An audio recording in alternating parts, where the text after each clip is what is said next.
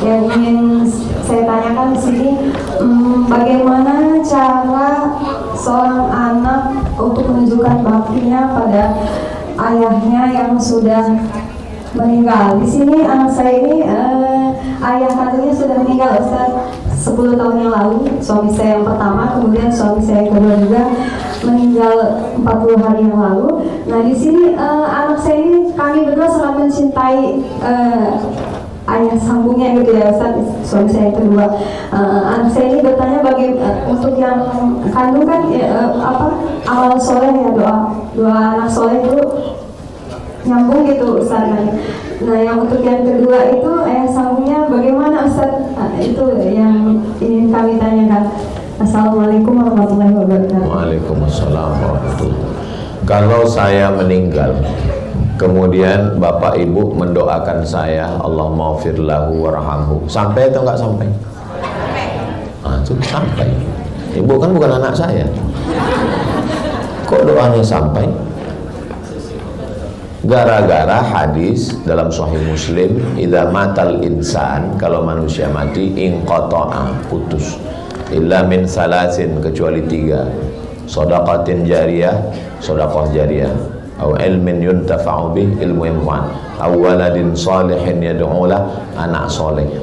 Maksud hadis itu bukan yang sampai itu cuman doa anak soleh, bukan itu maksudnya. Buktinya doa ibu ke saya sampai, doa bapak ke saya sampai. Dan terus maksud hadis itu apa? Maksudnya kalau saya mati, amal saya putus, tapi amal orang lain ke saya putus atau enggak? Enggak putus. Kalau ibu mendoakan saya, Allahumma fir Ustaz Abdul Samad, Allahumma fir lahu warhamhu, sampai. Yang putus itu amal saya. Saya nggak bisa tausiah lagi. Hari ulang tahun OSB, hadirilah tausiah almarhum Abdul Somad, acara live streaming. Inilah jamaah ini, kita cerita mati dia ketawa. Jaga juga lah perasaan saya.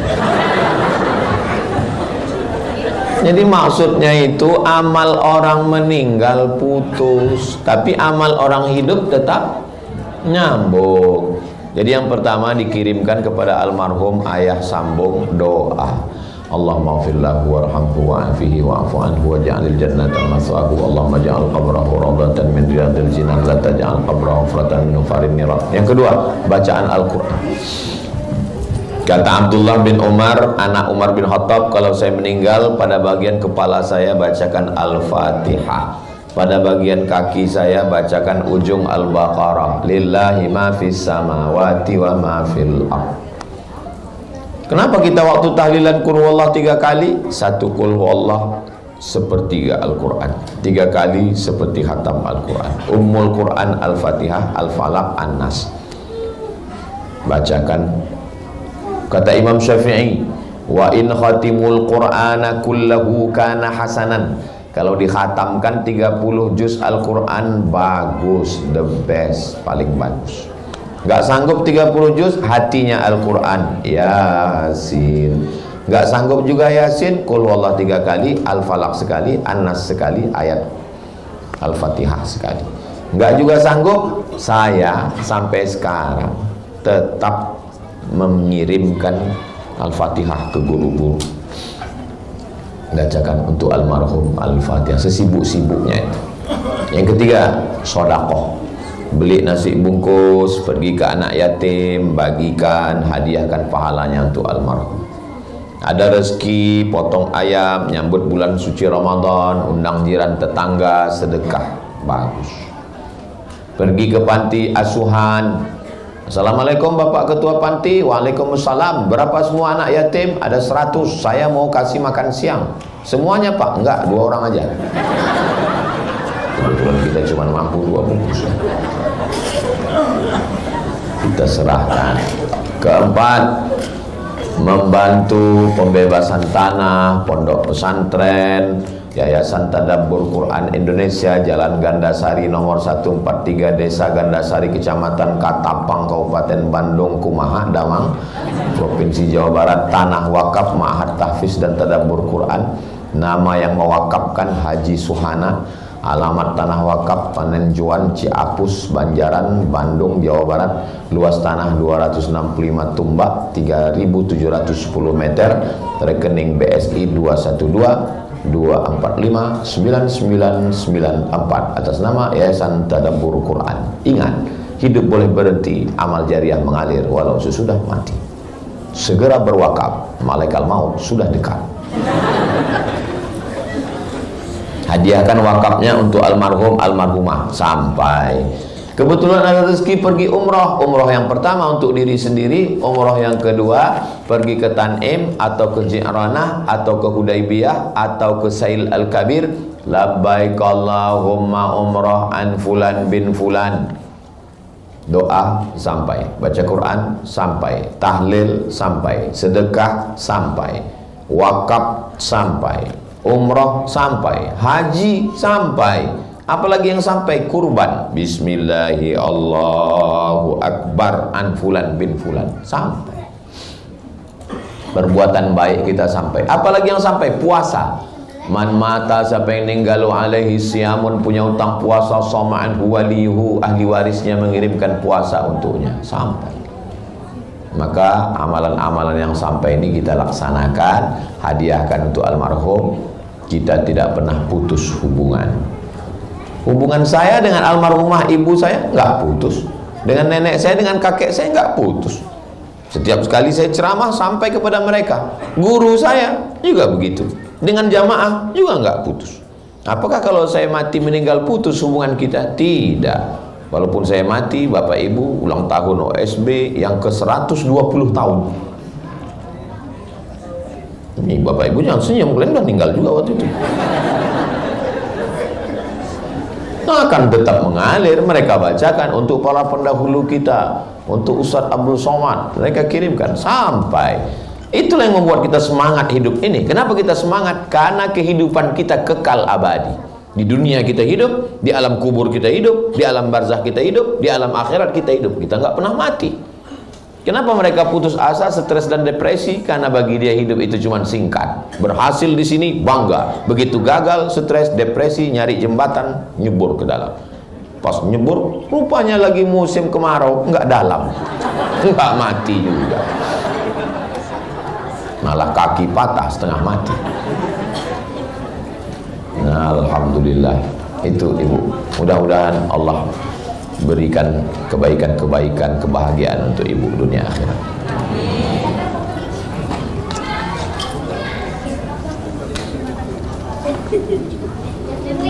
Terima kasih atas jawabannya untuk Ustaz Abdul Somad. Untuk ibu yang tadi bertanya, kayak ibu Dide.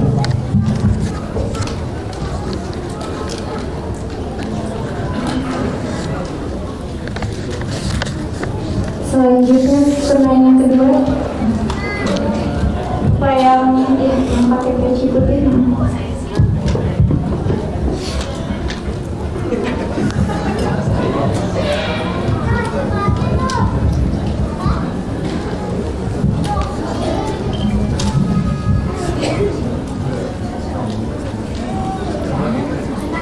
Bismillahirrahmanirrahim.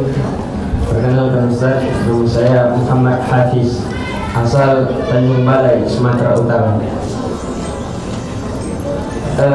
Yang ingin saya tanyakan Ustaz mengenai perkara tentang lingkungan tadi Ustaz. Seperti yang Ustaz berikan contoh tadi, Nabi Nuh terhadap anaknya, yaitu anaknya tadi tidak ditempatkan di tanah yang baik. Yang ingin saya tanyakan Ustaz, lantas bagaimana, maaf Ustaz, Nabi sekalipun kalau tidak ditanam di tanah yang bagus maka akan tak bagus hasilnya. Kira-kira begitu tadi perkataan yang Ustaz sampaikan yang bisa saya catat.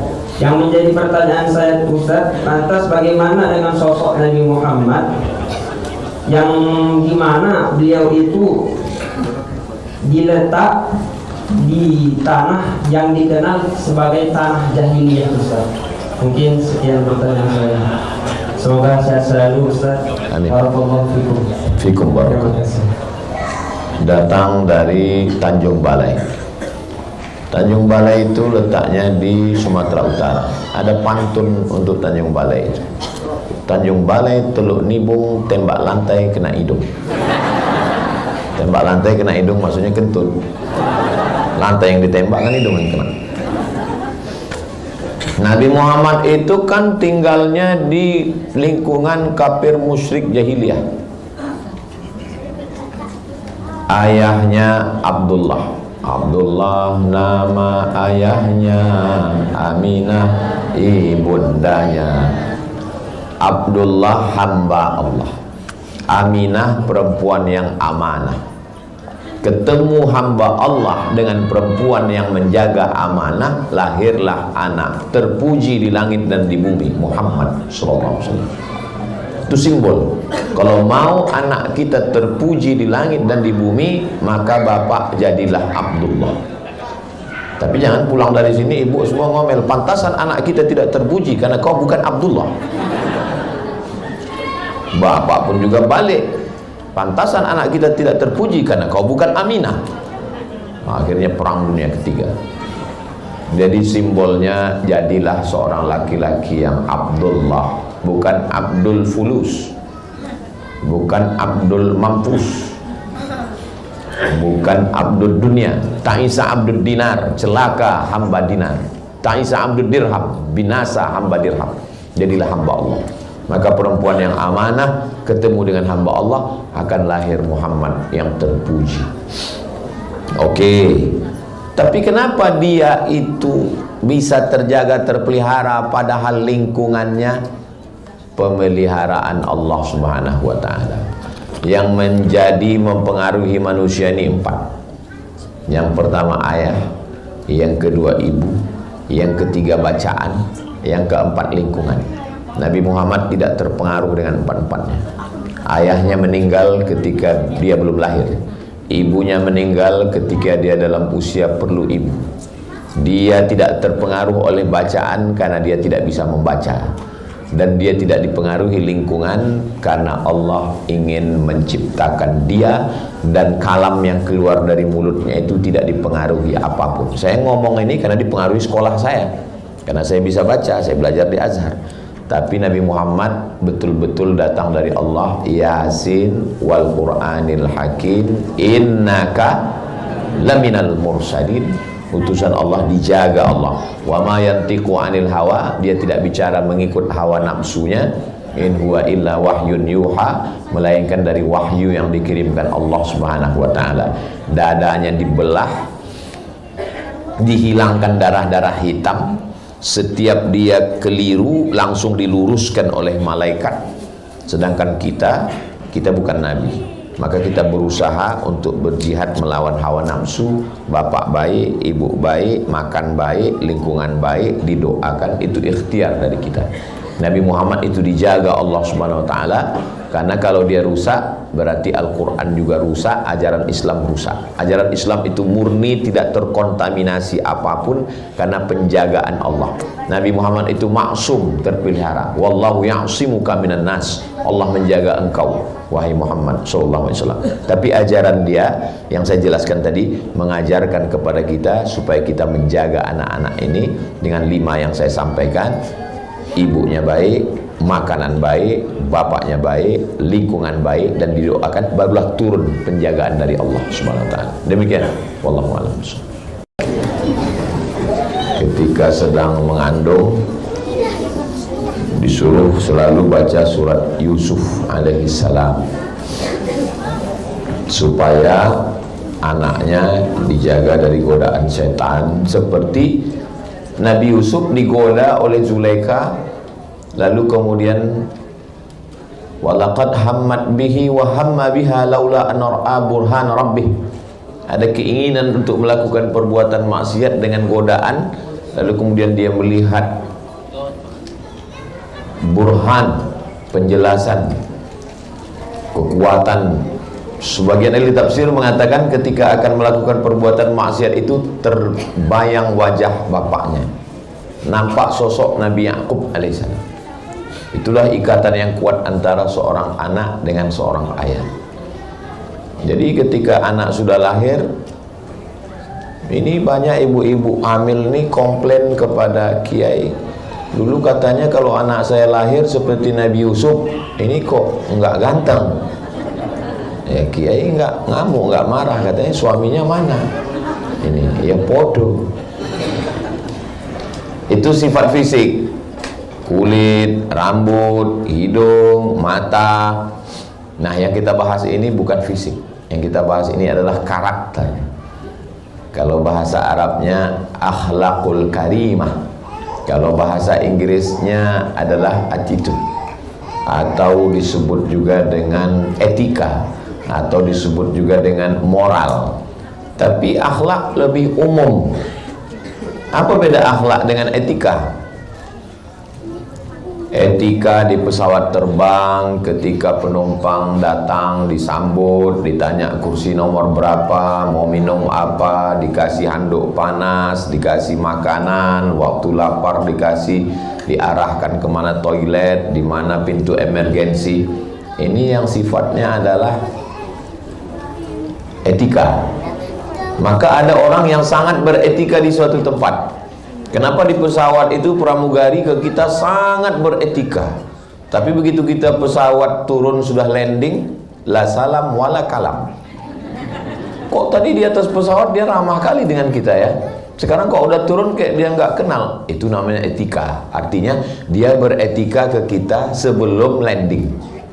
Kalau sudah landing ya nggak kenal lagi. Sedangkan akhlak adalah sifatnya umum, baik ketika di atas pesawat, di luar, di airport, di rumah.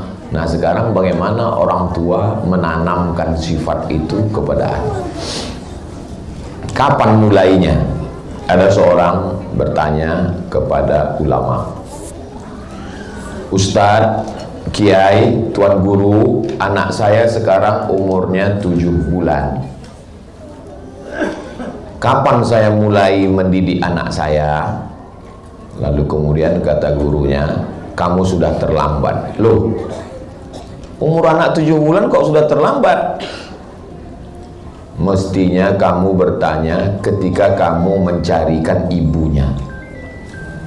Karena seorang anak itu besar pengaruh ibu. Makanya kenapa anak-anak ini baik? Ya karena ibunya baik. Kalau ibunya kuntilanak, dapat dipastikan anaknya tuyul. Ketawa lah. Karena sifat ibu itu pengaruhnya luar biasa. Ustaz kok ngomong ibu, di sini kan banyak bapak-bapak. Iya. Di antara sekarang kan banyak perempuan yang mau memperjuangkan emansipasi wanita. Saya tidak mau hak saya setengah dari laki-laki. Saya mau sama seperti laki-laki. Tapi pas naik bis, berdiri, minta duduk. Katanya mau sama seperti laki-laki. Emansipasi wanita. Saya kalau dituntut mesti sama laki-laki dengan perempuan, saya nggak mau. Kenapa?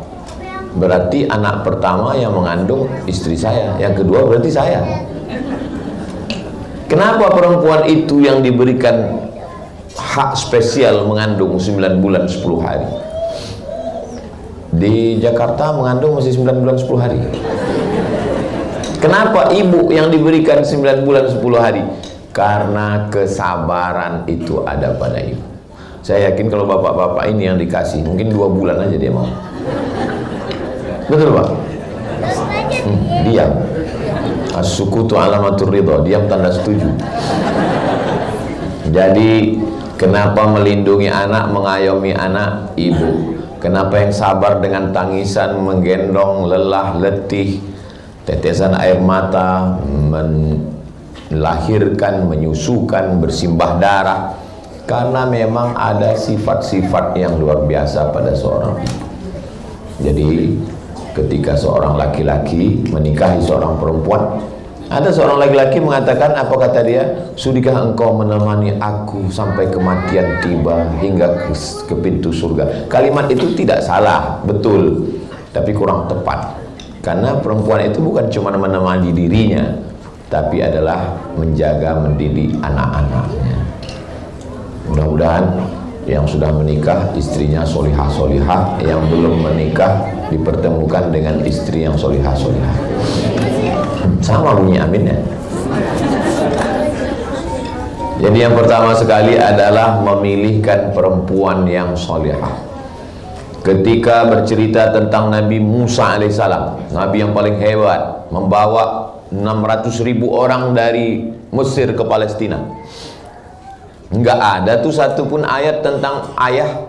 Carilah ayat tentang ayah Nabi Musa, enggak ada.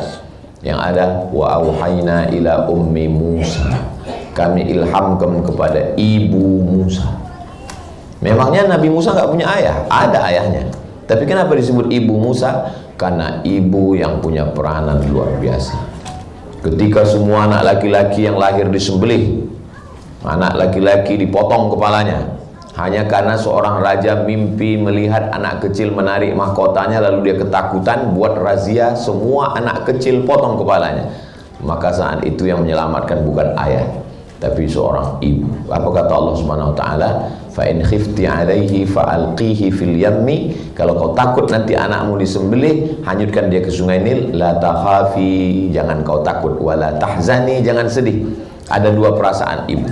Yang pertama perasaan takut, yang kedua perasaan sedih. Jangan sampai ibu terlalu takut, stres, depresi, anxiety, bunuh diri. Jangan terlalu sedih. Apa beda takut sama sedih? Sedih itu masa lalu, takut itu masa depan. Belum pernah orang bilang aku sedih sekali. Kenapa? Melihat masa depan. Sedih itu masa lalu. Kalau sudah selamat dari rasa takut dan sudah selamat dari rasa sedih, maka bisa menjadi sosok ibu Nabi Musa alaihissalam. Siapa lagi nabi-nabi yang hebat? Yang lamanya disebut kama sallaita ala Ibrahim wa ala ali Ibrahim, kama barakta ala Ibrahim wa ala ali Ibrahim. Nabi Ibrahim juga bercerita tentang sosok seorang ibu. Ibunya Nabi Ibrahim namanya Umailah. Ayahnya pembuat berhala, namanya wa idh qala Ibrahimu li abihi Azara. Azar bapaknya. Azar pembuat berhala. Semua berhala-berhala yang ada di zaman Nabi Ibrahim itu tertulis di tengkuknya, made in Azar. Bayangkan itu. Tapi lahir seorang anak luar biasa, Ibrahim alaihissalam. Bagaimana dengan Nabi Isa? Nabi Isa memang gak ada ayahnya sama sekali. Makanya kalau ada orang mengatakan Nabi Isa itu Tuhan karena gak punya ayah, berarti Nabi Adam lebih layak jadi Tuhan karena gak ada ibunya. Inna mathala Isa indallahi kamathali berhala. Namanya wa idh qala Ibrahimu li abihi Azara. Azar bapaknya. Azar pembuat berhala. Semua berhala-berhala yang ada di zaman Nabi Ibrahim itu tertulis di tengkuknya, made in Azar. Bayangkan itu. Tapi lahir seorang anak luar biasa, Ibrahim alaihissalam. Bagaimana dengan Nabi Isa? Nabi Isa memang gak ada ayahnya sama sekali. Makanya kalau ada orang mengatakan Nabi Isa itu Tuhan karena gak punya ayah, berarti Nabi Adam lebih layak jadi Tuhan karena gak ada ibunya. Inna mathala Isa indallahi kamathali Adam.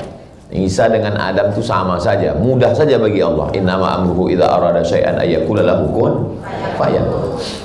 Nabi Isa dibesarkan ibu, Nabi Musa dijaga ibu, Nabi Ibrahim kasih sayang ibu, Nabi Muhammad sallallahu alaihi wasallam enggak pernah melihat bapaknya, lahir dalam keadaan yatim, 2 bulan di usia lahir ke atas dunia. Makanya nabi-nabi orang-orang hebat itu ibu. Imam Syafi'i, imam mazhab paling tua Hanafi, nomor 2 Maliki, nomor 3 Syafi'i, nomor 4 Hambali. Imam Syafi'i anak yatim. Ketua Ikatan Ulama Sedunia Syekh Yusuf Al-Qardawi anak yatim, gak punya ayah, dibesarkan oleh seorang ibu. Makanya kunci pertama pendidikan karakter adalah ibu. Pagi bapak sudah pergi, apalagi di kota besar, Jabodetabek, Jakarta, Depok, Bogor, Tangerang, Bekasi. Anaknya bangun, bapaknya sudah pergi. Anaknya tidur, bapaknya belum pulang. Namanya Pak Toib. Lalu siapa yang menjaga, mengayomi, melindungi adalah ibu. Jadi ibu-ibu yang merasa dirinya kurang baik. Ini Ustaz Somad dari tadi ibu-ibu kayaknya nyindir saya nih. Saya nggak tahu. Saya nggak tahu ini apa yang mau saya sampaikan ini. Yang penting sesuai dengan judul. Makanya kalau dengar tausiah Ustaz Somad itu kuncinya satu aja, jangan tersinggung. Jangan seolah-olah Ustaz ngomong ini kayaknya baru dapat bocoran ini. Enggak ada, saya ngomong sesuai apa yang ditulis tema itu saya sampaikan. Makanya kunci dengar tausiah sama itu satu, jangan tersinggung. Beberapa jamaah tersinggung pulang meninggal.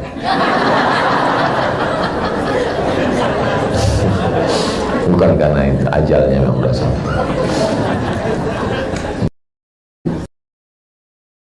Ibu adalah kunci yang utama. Kalau ibunya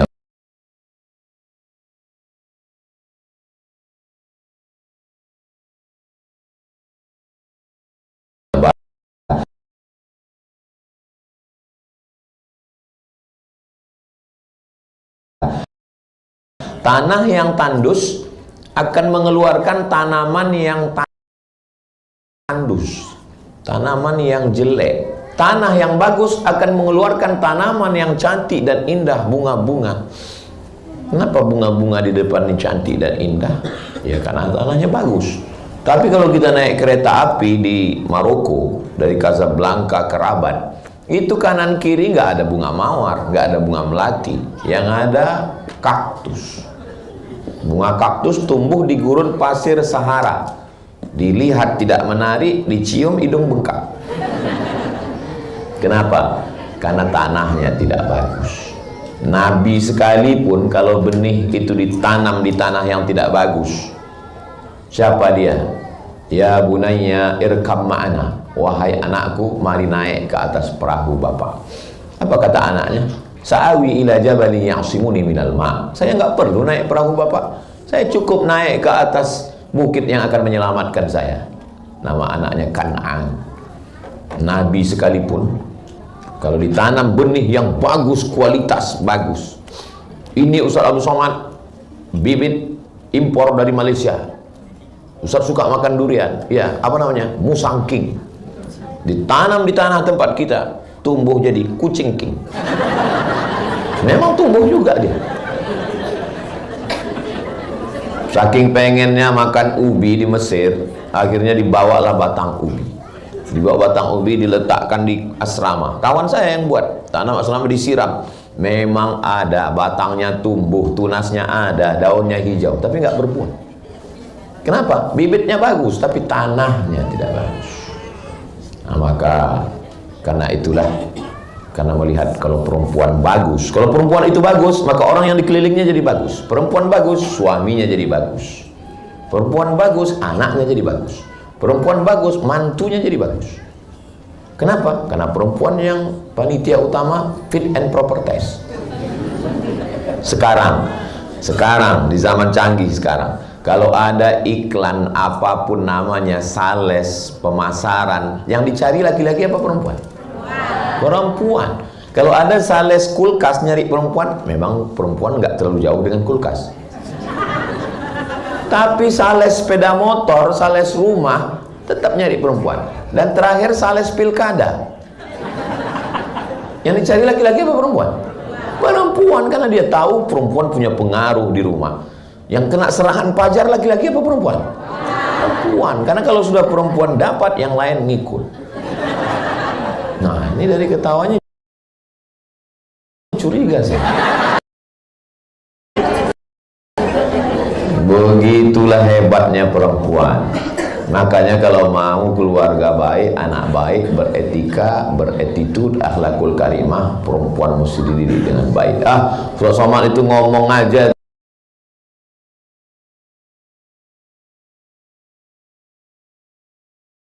itu perempuan, gimana Ustaz mendidik perempuan dengan baik?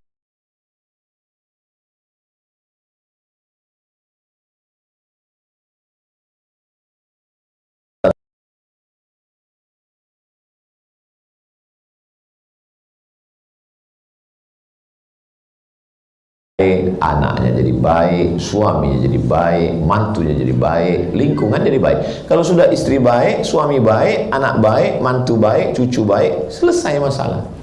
Jadi masalah kita ini sekarang adalah masalah perempuan. Kenapa muncul masalah? Karena banyak perempuan bermasalah. Di sini nggak ada. An-nisa imadul bilad, perempuan itu tiangnya negara. Negara kita ini tiangnya perempuan. Kita solahatil bilad. Kalau tiangnya ini tumbang semua. Kehebohan politik ini sekarang kan karena perempuan semua. Yang paham tentang analisa politik sekarang, itu pokok pangkalnya itu perempuan. Nah, jadi ini yang pertama. Berapa yang Ustaz sampaikan sekarang? Ada 5 poin. Yang pertama sekali adalah perempuan mesti baik berdasarkan contoh-contoh tadi. Yang kedua, apanya lagi mesti baik? Makanan mesti baik. Baik pun perempuan, tapi kalau dikasih makanan yang tidak baik, makanan haram. Ustaz Somad ngomong, iya. Ustaz Somad melihat, iya. Ustaz Somad jalan, iya. Yang menggerakkan lidah, yang menggerakkan mata, yang menggerakkan telinga, otak. Selamat datang Ustaz. Ustaz Lukman adalah Ustaz yang dididik oleh perempuan yang luar biasa.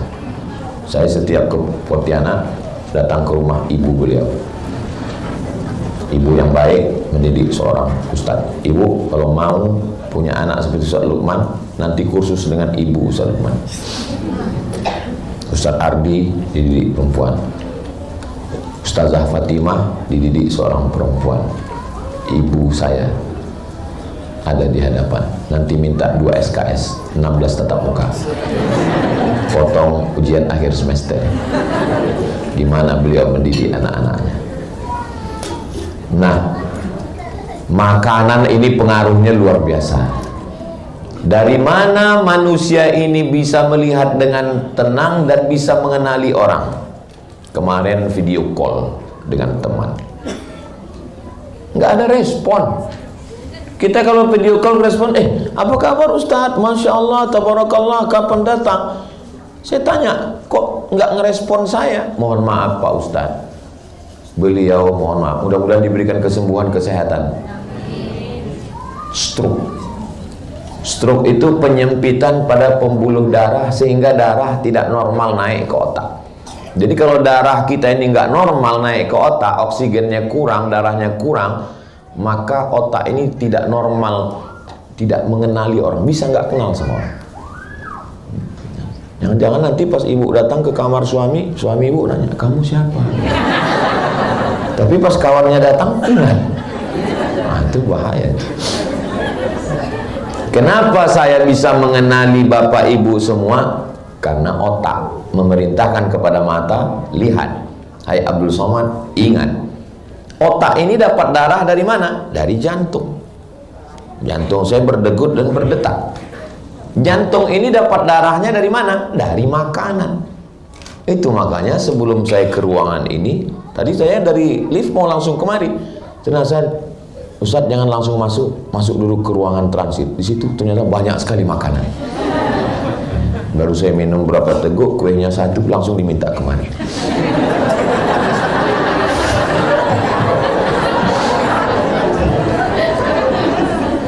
Jadi makanan yang halal itu berpengaruh yang luar biasa. Kenapa koruptor duitnya banyak, rumahnya besar, mobilnya mewah, anak 3, yang pertama narkotika, error semua. Disitulah keadilan Allah SWT. Loh, kok Ustadz ngomong laknat kok jadi adil? Orang yang susah payah, pergi pagi pulang petang, peras keringat, banting tulang, tunggang langgang, lintang pukang. Kepala jadi kaki, kaki jadi kepala. Susah mencari yang halal, tapi anaknya jadi semua. Tiba-tiba ada orang yang makan haram, korupsi, nepotisme, tiba-tiba anaknya jadi juga. Betapa tidak adilnya Tuhan. Tukang gali kabel optik, berangkat kita jam 7 pagi, dia sudah menggali. Berangkat kita pulang jam 7 sore, dia masih menggali. Pas gajian uangnya dimakan mandor. Mohon maaf mandornya terus. Tapi dengan duit yang secukupnya itu dia biayai, anaknya berhasil semua. Seorang cleaning service dari Bangladesh 15 tahun jadi cleaning service di Malaysia, anaknya jadi dokter, jadi polisi, jadi tentara. Halal. Orang yang makan haram, duit haram, dikasih anak makan haram. Kenapa anak ini nggak pernah berpikir yang baik? Karena berawal dari darah. Semangkok mie ayam. Nggak usah mie ayam lah Pak Ustadz, bakso dengan mie ayam. Saya nggak bisa ngunyah Pak Ustadz bubur ayam campur mie ayam dan bakso, satu piring, tapi berasal dari duit yang haram, berubah menjadi setetes darah masuk ke jantung, dari jantung naik ke otak, otaknya dapat duit haram. Ngomong kita sama dia 5 menit, menit pertama aja yang halal, masuk menit kedua masuk haram. Kenapa? Faktor makanan. Makanya dalam Al-Quran, kulu makanlah min thayyibat, yang baik-baik. Di antara makanan yang baik, OSB. Ya memang iklan itu masuknya setelah setengah jam.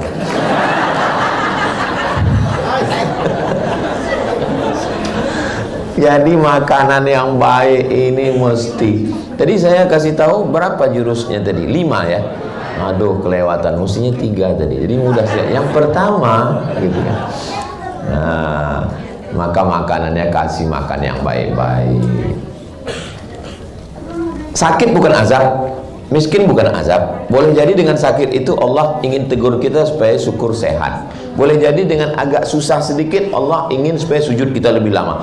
Yang azab itu adalah tidak merasakan nikmat dalam ibadah, tidak merasakan nikmat dalam baca Quran, tidak merasakan nikmat dalam tahajud, tidak merasakan nikmat dalam sujud, tidak merasakan nikmat dalam ngaji.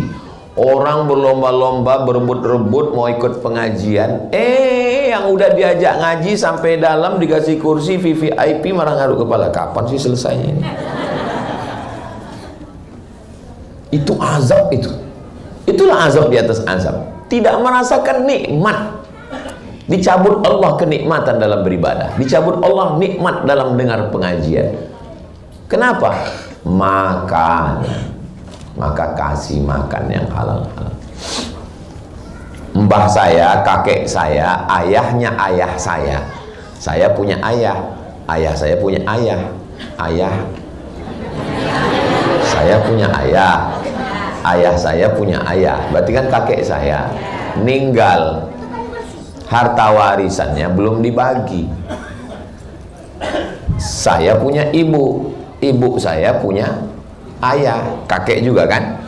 Kakek. Kata kakek saya dari pihak ibu saya, kalau bawa Abdul Somad ke rumah neneknya, kalau Abdul Somad ini cucuku dibawa ke rumah neneknya, tolong bawa nasi dalam rantang. Mak saya, loh kenapa mesti bawa nasi? Itu kan rumah neneknya. Karena mereka belum bagi harta warisan. Aku nggak mau cucuku makan harta yang masih bercampur dengan harta orang lain. Saya mendengar cerita ibu saya itu waktu saya masih kecil, belum sekolah. Sekarang baru saya paham. Oh, kira-kira kalau saya pergi ke rumah nenek saya makan di situ, halal atau nggak halal? Nah, tuh memang enak kalau ngomong depan MUI ya. Halal. Yang saya makan nasi siapa? Nasi nenek saya, nasi bibi saya, nasi ayah saya. Tapi kata kakek saya, itu hartanya masih bercampur, belum dibagi. Harta yang belum dibagi dimakan secara fikih halal, tapi syubhat, samar-samar. Iya kalau semuanya izin. Sama seperti kita makan daging kurban pagi habis dipotong. Habis potong daging kurban sapi, kambing, kerbau banyak. Tiba-tiba ibu datang ambil 5 kilo. Habis itu cincang, potong, masak sup. Yummy. Itu yang dimakan daging punya siapa? Kan belum dibagi. Wah, panitia kurban gawat juga ini. Terus gimana cara menghalalkannya Pak Ustadz? Cara menghalalkannya, pemilik sapi nomor 1, Bapak Insinyur, Bapak Doktorandus, Bapak Jenderal, Bapak Kiai, mohon maaf ya Pak, kami minta 5 kilo jatah Bapak di sapi nomor 1 boleh? Kata yang 6 orang, boleh. Ada yang satu bilang, saya agak berat. Ya, ambil aja golok. Boleh ya Pak ya? Ya.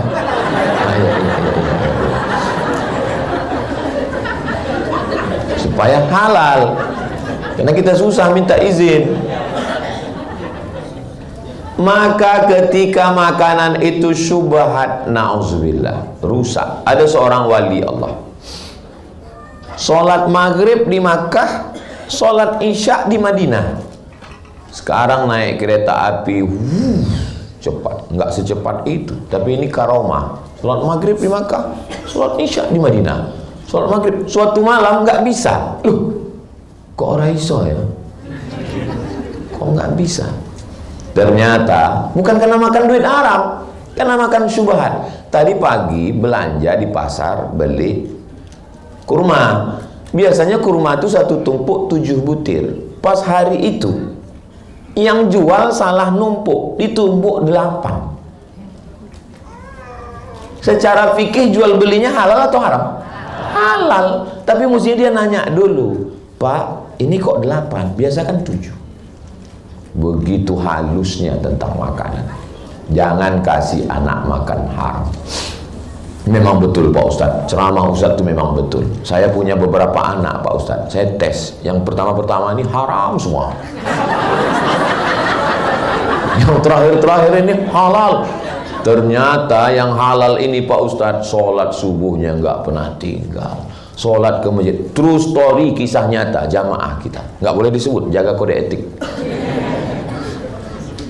Pengaruh makanan terhadap anak itu luar biasa. Ada bendanya yang haram, tapi bukan masalah bendanya yang haram. Datang dari mana? Saya minum air. Air ini halal atau haram? Halal. Tapi air ini bisa jadi haram karena sumber membelinya haram. Saya kalau diundang ceramah di bank konvensional, setiap saya diundang di bank, apa itu Ustaz Somad itu? Halal, halal, halal. Setiap diundang ceramah di bank konvensional, dia datang terus. Memang saya datang untuk ceramahi. Saya cuma mau nyampaikan, kalian yang di bank konvensional makan haram. Makanya saya setiap diundang di bank konvensional, pasti nggak diundang lagi. Kita haram. Dikasih minum, nggak saya minum. Dikasih kue, nggak saya makan. Dikasih nasi kotak, saya bawa pulang. Di lampu merah saya kasih ke fakir miskin. Dikasih duit saya ambil, saya serahkan ke yayasan tabung wakaf umat. Karena duit haram, Bapak mana tahu nabung di bank konvensional 1 triliun dapat bunganya 1 miliar, itu jangan diambil. Jangan kasih ke istri, kasih ke lembaga yang dinikmati orang banyak, masoleh ammah. Tapi kalau mau ngasih ke ustadz, ke kiai, ke tuan guru, bawa aja, kasih aja. Jangan ngomong kasih aja langsung. Jangan ngomong begini Pak Kiai, ini ada beberapa uang haram.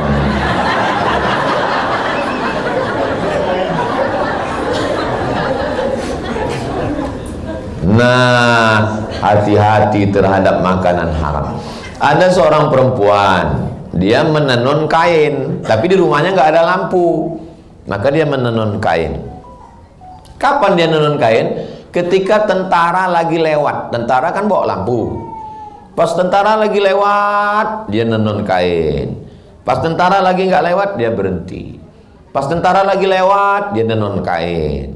Pas tentara lagi nggak lewat, dia berhenti. Akhirnya kainnya siap. Pertanyaannya, apakah boleh kain ini dijual dan uangnya dimakan?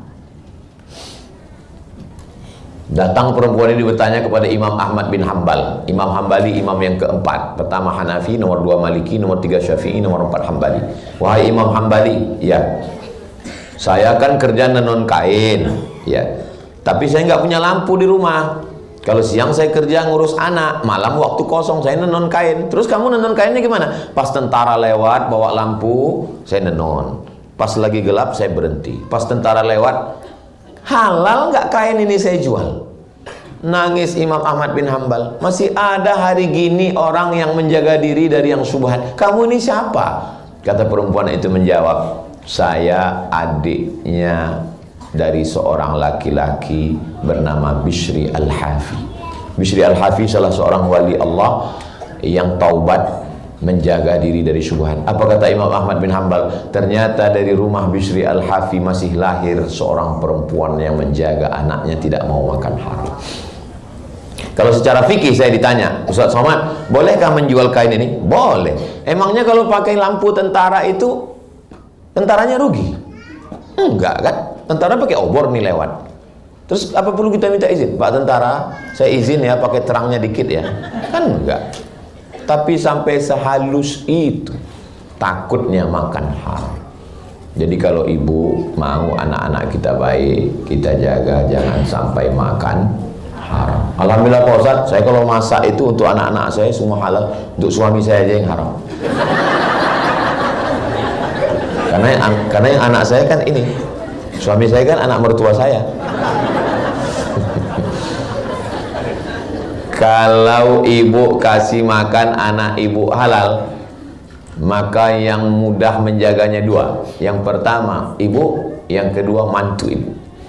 Tapi kalau ibu kasih anak ibu makan haram, dua perempuan menderita. Yang pertama ibu, yang kedua mantunya. Bayangkan calon-calon perempuan yang menderita itu. Betul kata Pak Ustadz, suami saya ini pun luar biasa Pak Ustadz, jangan-jangan dia makan haram dulu. Saudara yang dimuliakan Allah Subhanahu wa taala. Pertama, perempuan. Yang kedua, makanan halal. Yang ketiga, maka bapaknya memberi tauladan contoh. Saya berangkat dari Riau habis sholat subuh. Habis sholat subuh sampai di kisaran Sumatera Utara azan maghrib 12 jam. Masuk ke kamar hotel, datang Sami anak saya mau minta kerupuk yang ada di pojok kamar. Pojok kamar hotel kan ada kerupuk. Kerupuk. Karena saya capek mau ke toilet, saya ambil kerupuk dekat ini, saya lempar dikit. Lempar. Kecuali jauh gitu, dekat, lempar dikit. Terus dia bilang, kasih ke Uma. Dia ngasih ke Uma, dilemparnya juga. Apa kata Ustazah Fatimah? Anak mengikut bapaknya. Karena saya mau ke toilet, enggak payah jalan dikit, dia saya lempar dikit aja. Dia pun mengasih ke Uma, dia lempar juga. Begitulah anak itu merekam apa yang kita lakukan. Jadi nggak bisa kita melarang, jangan main handphone. Dia merekam, dia lihat. Nah, dia main. Pas kita bilang, dia akan balik. Nanti kalau dia udah pandai ngomong, dia akan nanya, Bapak kok main handphone? Bapak sudah dewasa. Nggak bisa. Makanya Bapak kalau main handphone di toilet. Karena mereka akan melihat apa yang kita lakukan.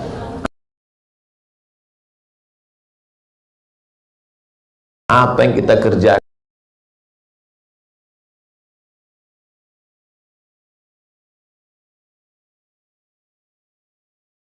Apa yang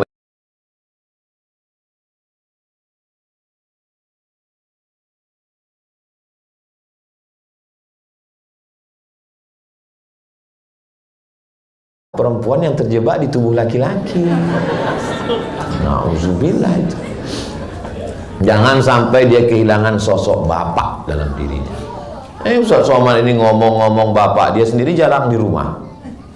Saya ini hari Jumat, hari Sabtu, hari Ahad, hari Senin saya wajib pulang ke rumah. Senin sore sampai di rumah malam Selasa. Selasa, Rabu, Kamis saya tetap di rumah. Saya tetap gendong anak, saya tetap bawa jalan. Yang terakhir saya gendong, saya bawa pakai mobil. Ada tamu datang, saya gendong, saya bawa jalan. Pokoknya yang lihat Instagram saya tahu lah. Berarti belum follow. Jangan sampai anak kita kehilangan sosok Pak. Nanti di hari tua, pas hari libur Bapak pergi kemana? Mancing. Memangnya nanti kalau Bapak tua datang kawan mancing itu, dia pun tua juga. Bro gimana? Aku pun tua juga katanya. Siapa yang akan bawa kita ke masjid? Siapa yang akan menyuap makan kita? Kita nggak bisa makan, kita telepon kawan kita, video call sama kawan mancing. Gimana? Kau bisa nyuap? Aku pun minta suap juga. Tolong para pemancing mania jangan tersinggung. Saya mancing juga, mancing keributan. Jadi sosok ayah nih jangan sampai tahu saya, kita ini sibuk semua, laki-laki pejuang, tapi ada waktu khusus untuk anak-anak kita ini. Kosongkan waktu. Laki-laki sekarang sebelum azan subuh sudah pergi keluar rumah. Zaman dulu sampai ada ungkapan jangan sampai rezeki dipatok ayam. Zaman dulu artinya apa?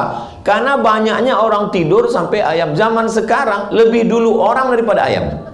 Ayam pun heran, kok gitu-gitu banget ya kata ayam.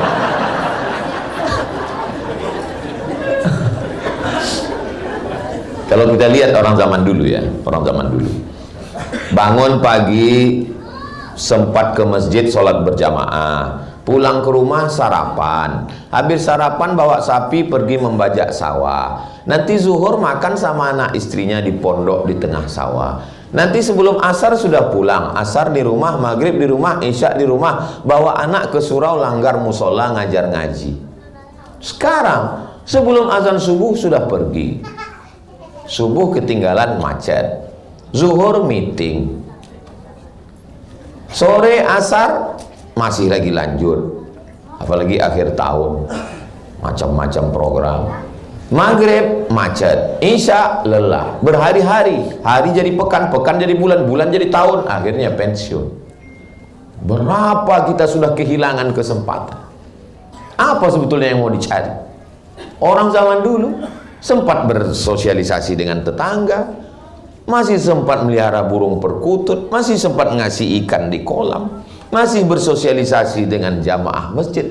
Ke masjid nggak pernah, ketemu keluarga nggak pernah, punya duit banyak pun nggak pernah sempat dimakan. Begitu mau dimakan, mau makan kolak, diabetes.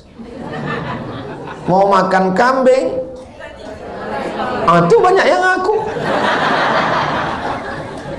Mau makan emping melinjo, asam urat. Ujung-ujungnya pergi ke rumah sakit, datang dokter spesialis, pegang, kata dokter, Bapak ini terlalu sibuk cari makan sampai nggak sempat. Akhirnya duit yang dicari itu untuk siapa? Untuk dokter spesialis. Selamat Bapak Ibu dokter. Maka jangan sampai kehilangan momen Bapak. Jangan sampai kehilangan. Nangis ibu-ibu karena anaknya lebih mau curhat sama pacarnya. Kok bisa? Kalian kemana aja selama ini? Kami mencari nafkahnya, kebutuhan keluarganya. Kesuksesan seorang perempuan adalah ketika punya anak yang soleh-solehah, duduk di samping pelaminan meneteskan air mata. Apalagi pas acara sungkem itu kan, anaknya di bawah, Papa, Ibu. Ya mereka nangis, yang nonton ketawa. Kenapa? Bulu matanya lepas.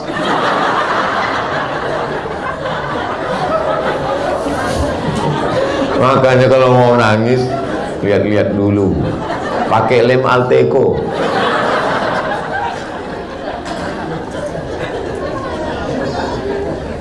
Kenapa ibu menangis di samping pelaminan? Tugas kami sebagai orang tua sudah selesai Pak Ustadz. Kata siapa tugas kalian selesai?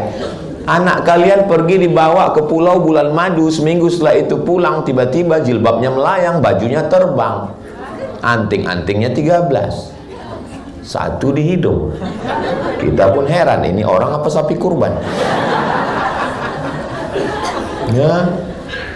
Maka ibu mendidik, man ala thalatha banatin, siapa yang mendidik 3 anak perempuan, fa'addabahunna, dididik dengan baik, wa zawwajahunna, dinikahkan dengan orang baik-baik, wa ahsana ilaihinna, dia buat baik sampai mati, falahul jannah, maka surgalah baginya.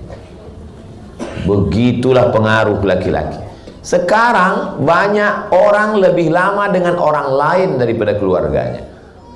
Berangkat pagi jam 5 sampai kantor jam 6, serapat meeting pertemuan jam 7 ketemu, pulang jam 4 sore, macet jam 5, jam 6 mati sholat maghrib, sholat isya jam 8 baru dia ketemu full dengan keluarga.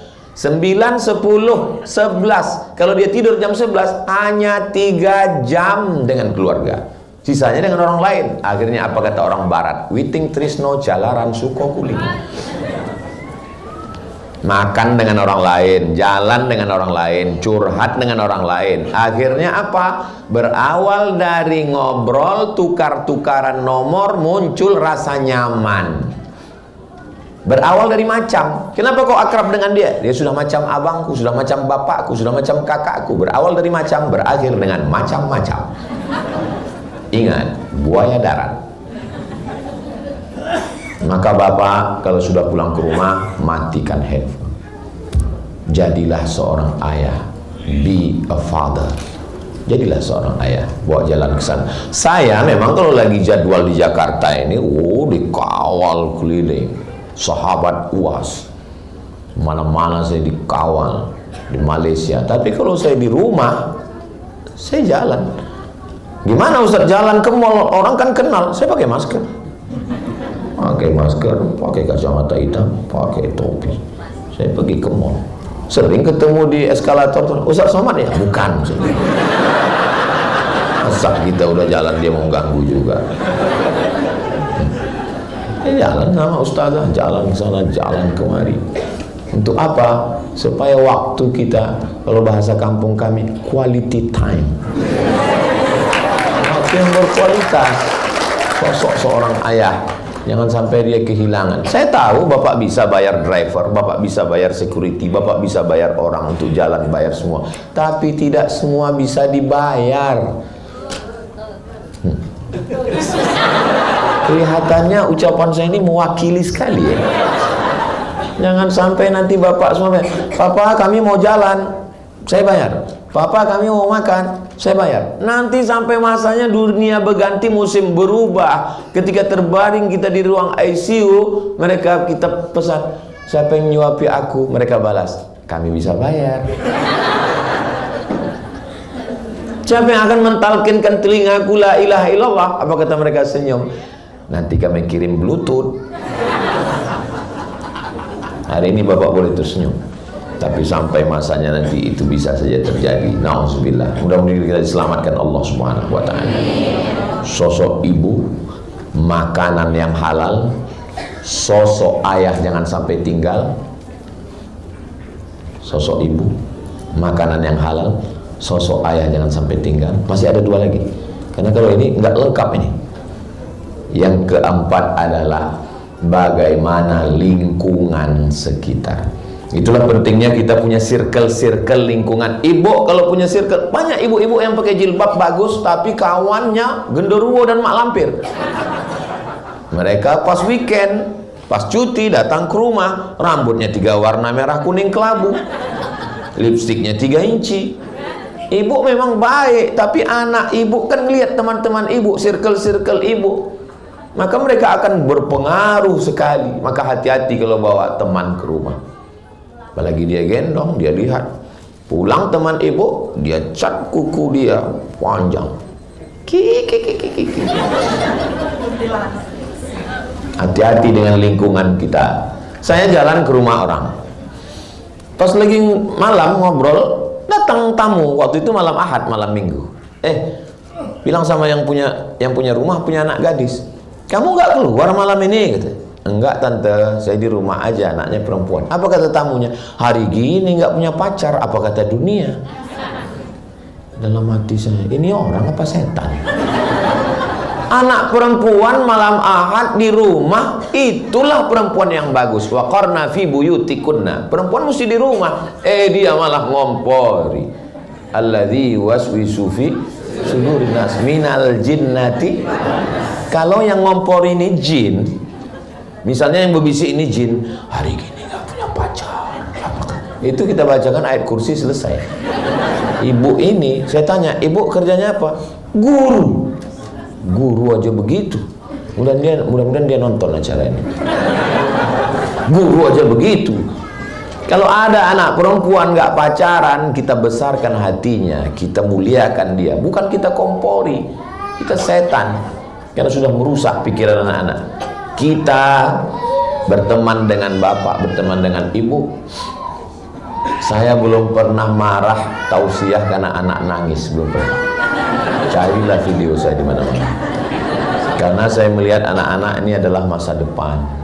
Kalau masih di pengajian masih ada anak-anak nangis, berarti 30 tahun ke depan anak-anak masih baik. Kenapa? Karena emaknya ngaji. Saya tahu melihat dari wajah ibu udah mulai gelisah tadi. Saya nggak pernah marah. Paling-paling saya marah setelah pengajian. Yang terakhir, ibu, makanan, bapak, lingkungan. Yang terakhir, doa. Doa ini luar biasa. Nabi-nabi yang hebat aja doanya, Rabbi habli minas shalihin, Rabbi habli min ladunka dzurriyyatan thayyibah, Rabbana hab lana min azwajina wa dzurriyyatina qurrata a'yun waj'alna lil muttaqina imama.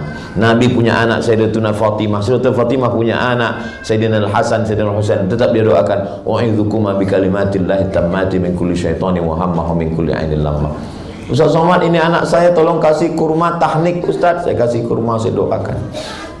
Mana tahu bapak ibu mereka tahu nih keluarga besar OSB, lalu nanti mereka tahu dari OSB ya, iya, OSB ini sering pengajian murid-murid Ustadz Lukman dan Ustadz Ardi nih, iya, tolong doakan anak saya. Jangan jawab nggak tahu, doakan. Tapi saya nggak hafal doanya Pak Ustadz, nggak usah kuat-kuat, pakai bahasa Indonesia.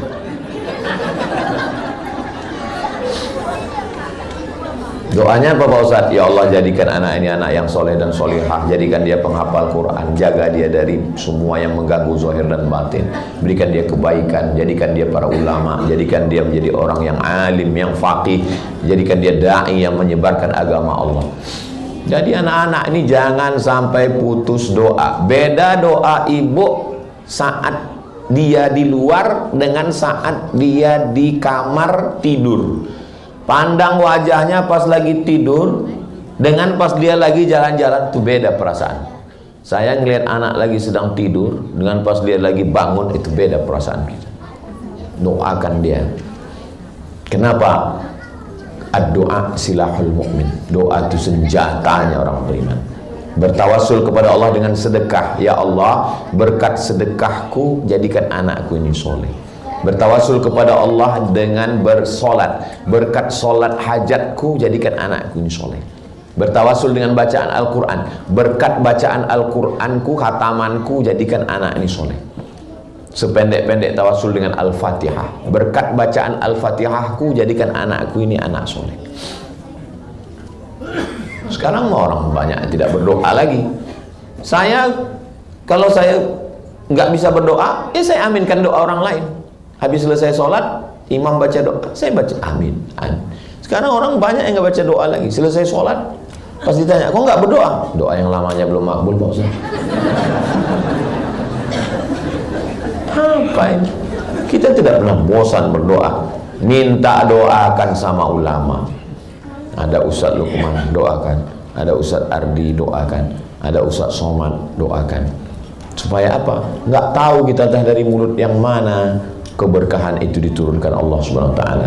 Ada orang-orang yang solihah, yang baik-baik, kita datang, kita tahu anaknya baik-baik, keluarganya baik, tolong doakan anak saya. Setiap tamu-tamu, kiai-kiai, ustad-ustad, tuan-tuan syekh, tuan-tuan guru yang datang, siapapun yang datang ke rumah, pasti saya bawakan anak saya. Tolong doakan. Khalas, kata mereka, Ustaz Abdul Somad, kamu sudah doakan anak saya. Minta baca, minta hembus, minta. Karena begitu kami dulu dididik oleh orang tua. Saya pergi ke Medan. Dulu almarhumah mak kemana ceramah tausiah saya bawa. Sampai di Medan, nginap di hotel Jalan Sisingamangaraja. Ada tamuku katanya. Di mana? Itu tamunya datang. Terserah, mau di kamar boleh, mau di lobi boleh. Di lobi aja lah. Di lobi, saya biarkan mereka duduk ngobrol. Lalu saya tetap nguping apa yang dibicarakan. Rupanya temannya nanya, apa kau doakan anakmu? Kata mak saya, anakku setiap malam aku minta kepada Allah, ya Allah sehatkan dia, Al-Fatihah, panjangkan umurnya, Al-Fatihah, murahkan rezekinya, Al-Fatihah, jaga hatinya, Al-Fatihah. Berapa kali 100 kali kata mak saya. Dia nggak pernah cerita sama saya. Waktu itu saya bilang, mak 100 kali banyak juga itu. Jadi ibu sanggup 10 kali alhamdulillah, 20 kali alhamdulillah, 30 kali alhamdulillah. Ada jamaah, Ustaz Somad tadi saya lewat di rumah emak Ustaz. Oh ibu tahu rumah emak saya? Ya selalu, karena dulu waktu Ustaz pergi-pergi saya selalu datang ke rumah. Terus saya pernah nanya dia, apa doa emak untuk anak emak? Somad itu kalau dia di rumah malam-malam, aku di depan kamarnya, aku doakan dia, ku zikirkan dia la ilaha illallah 1000 kali, 2000 kali, 3000 kali. Saya tahunya setelah dia meninggal. Bukan dia ngomong saya pas lagi marah, kau sudah kudoakan 1000 kali, kenapa kau nggak pernah balas? Bukan, nggak pernah dia ngomong. Jadi maksud saya, ibu doakan saja sampai siapapun tak tahu, hanya ibu. Justru setelah ibu meninggal baru tahu dari mulut orang lain. Itu dalam. Ada juga kadang orang tua ini berdoa, dihidupkannya dulu streaming. Ya Allah. Terus tengok, oh, kok belum ada yang like ya? Rupanya paket habis.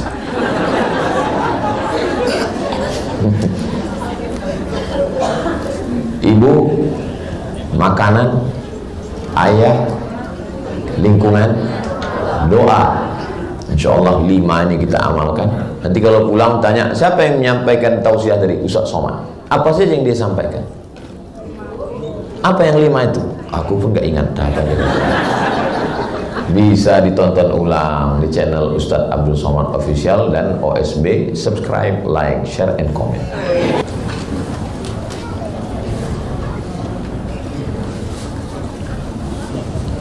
Terima kasih atas kajian yang sangat luar biasa. Selanjutnya yaitu sesi tanya jawab. Untuk sesi tanya jawab untuk 2 orang penanya, mungkin 1 orang dari Ahmad dan 1 orang dari Iwan. Ini yang pakai baju pink boleh tadi pertama.